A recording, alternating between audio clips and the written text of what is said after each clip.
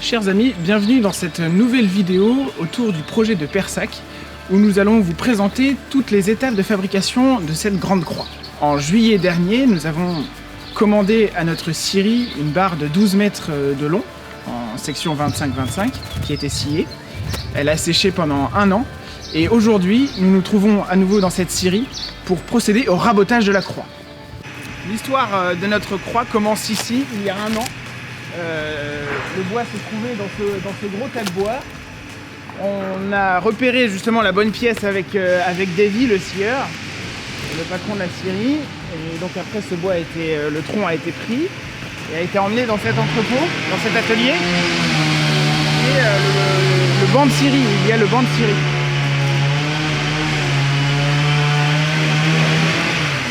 Donc après, les bois sont ramenés là-bas. Sur le banc de scierie et ils sont débités à la section demandée par le client. Une fois sciés aux sections désirées, aux sections commandées, on va procéder au rabotage. Donc le poteau est acheminé et voilà la barre de 12 mètres qu'on va raboter et qui servira pour la croix.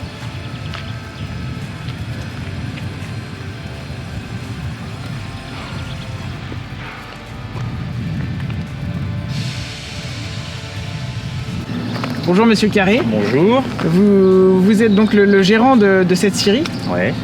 Si vous voulez nous parler un petit peu de l'histoire de votre scierie, quand est-ce qu'est née cette scierie? Cette scierie est née en 1952 par mon père, qui l'a créée à l'époque, qui était charron, qui faisait du charronnage, enfin les tombereaux, les roues de charrette, il travaillait beaucoup pour les agriculteurs. Et puis il faisait un petit peu de menuiserie, un peu de charpente. Et puis voilà, tout ça a évolué avec le temps et puis nous voilà arrivés à la 3e génération. Et où est-ce que vous vous approvisionnez en bois? Alors les bois, c'est des bois communs, hein. Ça peut venir des fermes des alentours, ça peut venir de forêts de l'Orne. Il y a beaucoup de bois qui viennent de l'Orne, des sapins pétinés par exemple, les Douglas. Et puis un peu partout, hein. C'est en France. Très bien. Ouais. Bon, on sait que le bois a beaucoup monté. Les États-Unis et la Chine importent beaucoup. Oui, prennent un peu dans nos réserves. Comment ça se passe ici? En travaillant justement avec du local, on peut encore en sentir, si vous voulez. Si on achetait dans les ventes, les grosses scieries qui travaillent avec les ventes, qui achètent dans les ventes, sont beaucoup plus touchés que nous au continu.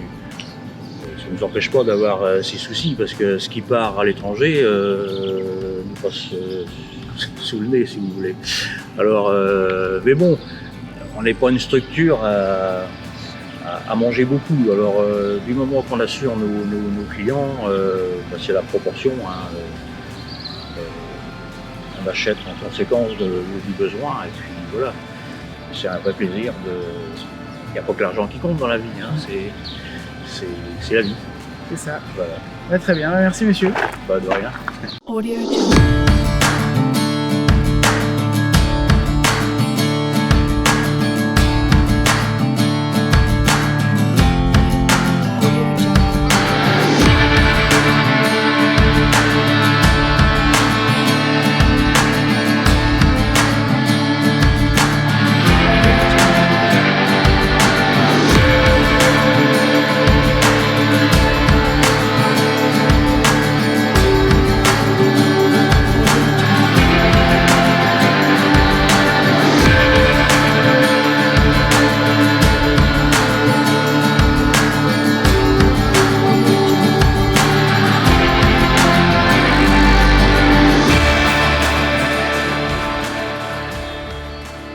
Ça y est, nous voici donc à l'atelier et après une demi-journée de travail, on a pu donc assembler la croix. Donc on a commencé par usiner les pointes de diamant, donc c'est la finition qu'on fait globalement à toutes nos croix. Pour ça, on a utilisé la circulaire pour faire les coupes en biais. Et puis pour faire la rainure circulaire, on a utilisé la défonceuse. Pareil, la défonceuse pour faire les chanfreins et le mi-bois à la circulaire aussi. Alors étant donné que c'est une lourde croix, on a dû travailler à deux. Comme au bon vieux temps, à l'époque où SOS Calvaire était juste basé dans le 49. Là, donc à l'époque, on travaillait avec Pierre. Là, on a refait équipe pour cette croix. C'était vraiment très sympa. Après 1 an de séchage en Syrie, la croix a été acheminée dans le parc de l'entreprise Xylo parce que la croix était trop grande pour rentrer dans nos ateliers. Donc là, la croix n'est pas terminée.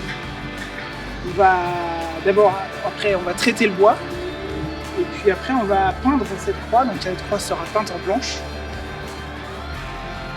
Donc voilà. Je crois qu'on a fait le tour. En tout cas, hâte de pouvoir poser cette croix le 23 juillet, de vous y retrouver tous. La préparation de la procession avance bien.